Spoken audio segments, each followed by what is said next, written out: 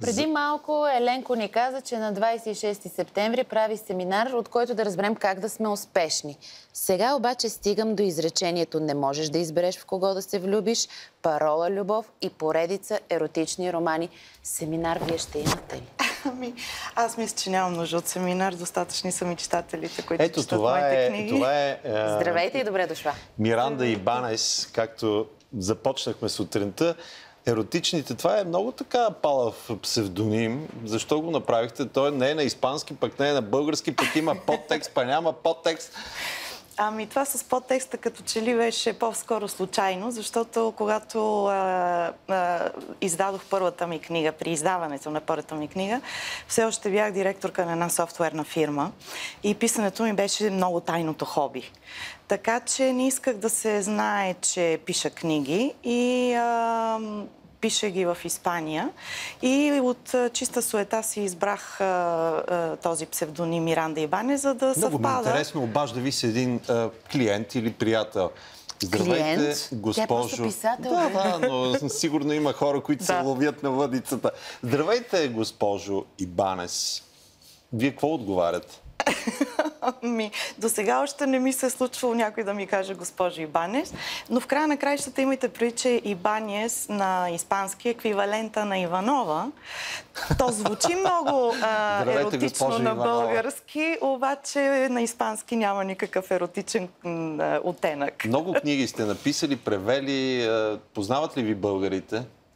Ами, тук знам, че съм позната, не знам доколко. Наистина, може би,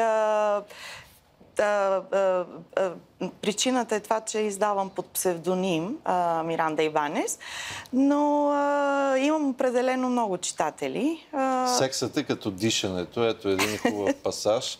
Значи всеки ден дишаме и си мислим за секс. Така ли да го разбирам? Ами, аз мисля, че секса си е една съвсем натурална, нормална функция. Секса на 21 век, когато всичко е виртуално, компютърно, как го виждате? Той може да бъде виртуален, но в края на краищата истинския секс е когато си има двама души. Само да попитам, понеже аз се реших произволно да отворя еротичен роман. И попадам сега в едно офис настроение. Има Боян и Алекс, явно двойка, има коледна веселба, има директорски кабинет.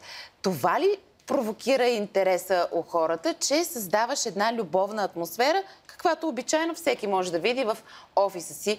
Това ли кара хората, български имена, не онези бля-бля, блудкави романи от едно време? Да. Ами, моите романи определено са съвсем съвременни и аз винаги се стремя да разкажа една обикновена история, но да я разкажа добре.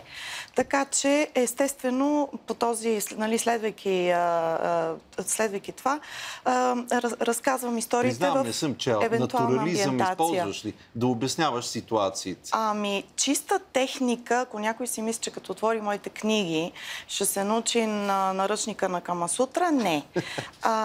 Еротичните сцени, които са в моите книги, са по-скоро за да подсилят историята, за да покажа характера или емоциите на героите в един определен момент. Или какво, примерно, си мисли героя, докато прави секс. Но ако някой иска да чете книгите ми, за да се научи на поза 188, не е тази книга, която трябва да отвори. Не е наръчник. Преведена и на много езици в световен план. Имате ли конкуренция? При всички положения имам конкуренция. То не може да нямам. Не съм единствената, която пише... Имаше една американска... Не, Даниел Стил, те са по-скоро розови, такива захарни романи. Даниел Стил, точно така. Аз съм по-скоро в еротиката, в темата на женската еротика. Писателите са по същия начин, както и актьорите. Сега няма само един, който да играе всичките роли. Нали знаете, че казват, че който много говори за секс, не го прави? Аз трябва да ви кажа, че откакто станах еротична авторка съвсем официално вече, когато... Казахте не на секс. Когато превърнах хобито си в професия, вече нямам никакъв проблем с свалките. Определено. Никакъв проблем. Всички мъже като че ли си мислят и се надяват, нали, да бъдат герои на следващия ми роман, така че този проблем вече за мен не съществува. Казвате, че имате гадже, което с сини очи, страхотно било, страхотно изглеждало. Нали знаеш тя как ги описва? Просто не случайно книгите са преведени на толкова езици. Така може да ти опише своето гадже, че направо да завидиш. Не мога да се сетя. Имала съм толкова много почитатели, че не знам за какво трябва ще ли човек да е било. в особено състояние, когато тръгне да пише такъв тип литература? За да може по някакъв начин и пък този, който я чете, да улови и да открадне от неговата емоция. Абсолютно и определено. Значи аз първо, когато седна да пиша, правя една разбивка на сцени, след това, нали, какво ще се случи в цялата книга и след това вече започвам с актуалното писане. Имало е моменти, когато напиша една много силна сцена, аз после 3 дена, 4 дена не мога да пипна да пиша, защото трябва да си изчиста емоциите, за да мина на друга. Ако трябва да пиша някаква комична сцена, защото в моите книги има много комични сцени, много весели, трябва да си във весело и ведро настроение, за да можеш да го изкараш. А когато трябва, нали, да е много драматична, трябва да съм в малко по-лошо настроение или да съм уморена или, нали, да влезеш в настроението. Горе-долу като актьорите. Те също, нали, си имат подготовката. В тази най-нова книга, извинявай много, Влади, понеже става въпрос за... Точно. Секс за една нощ, еротика. А тук пише парола любов. Не можеш да избереш в кого да се влюбиш. Нали ще говорим за секса, не за любов сега. Да. Няма да създаваме дългогодишни семейства и златна сватба са събрали накрая. Тази книга специално идеята дойде по повод на една моя приятелка, която така горе-долу на моя възраст, на наша възраст и казва ми, знаеш как ми се иска да се влюба? Ама искам и той да се влюби много в мене. И си дадох сметка, че наистина в днешно време хората сме толкова стресирани, животът е станал толкова неуютен, че хората имат нужда от малко романтика и като че ли някак си ни е срам да бъдем романтични. С една дума пишеш в книгите си обичам те, така ли да разбирам?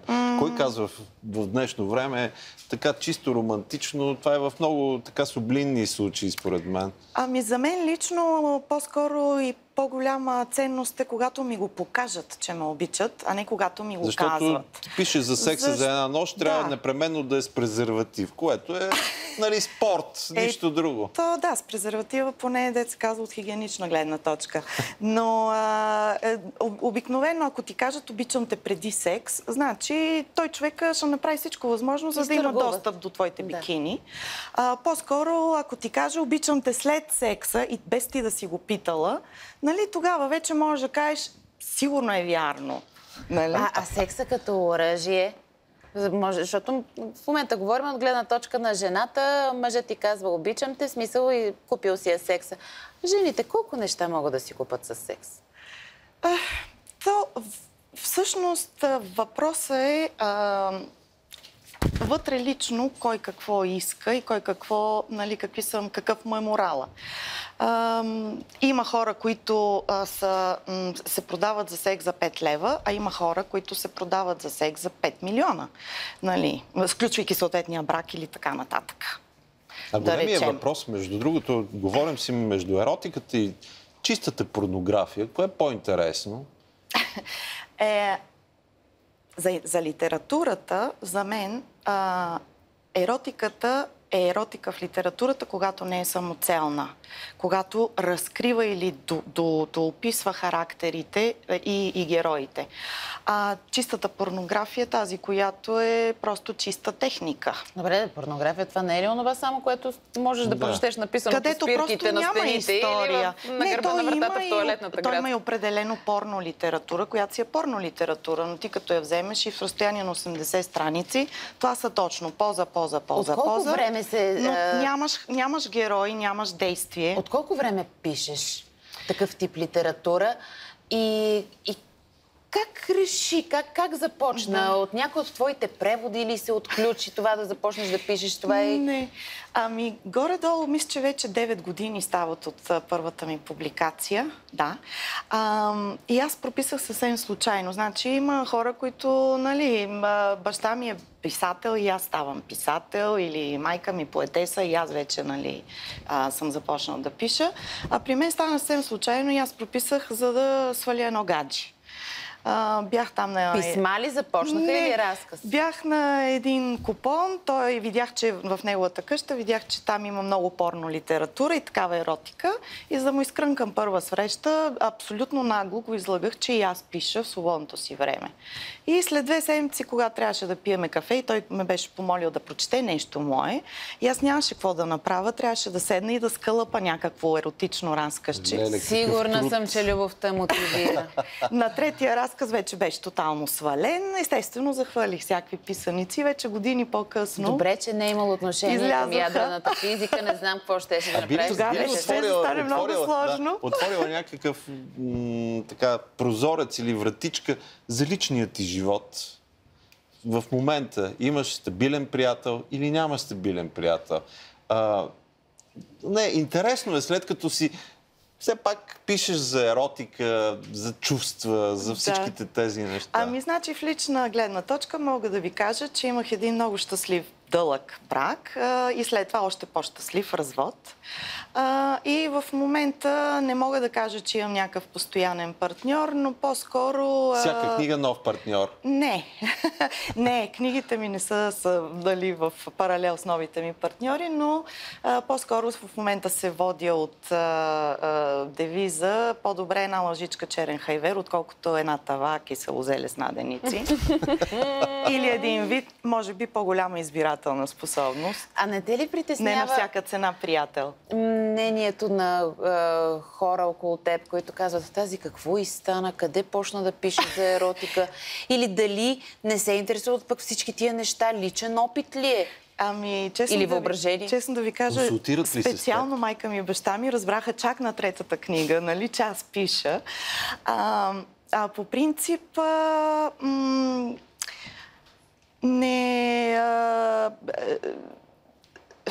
забравих какво беше. Въпросът какъв беше. По принцип, няма нещо, което съм като описвала мнение, дали в книгите. Те притеснява отстрани? Като мнение не. Много често са ми задавали този въпрос, ама това лични твои изживявания ли са и така. Значи, ти що не кажеш лични мои изживявания? Ако Агата Кристи или Стивън Кинг, всичките убийства, които са описали и ужаси, които са описали, са възоснова на техни лични... Много добро. Такова, нали, няма как да бъде. И все пак, понеже сме в края на една работна седмица, аз пък пожелавам на всички зрители, дай Боже, от такива лични преживявания в тази хубава лятна събота и неделя, които се задават.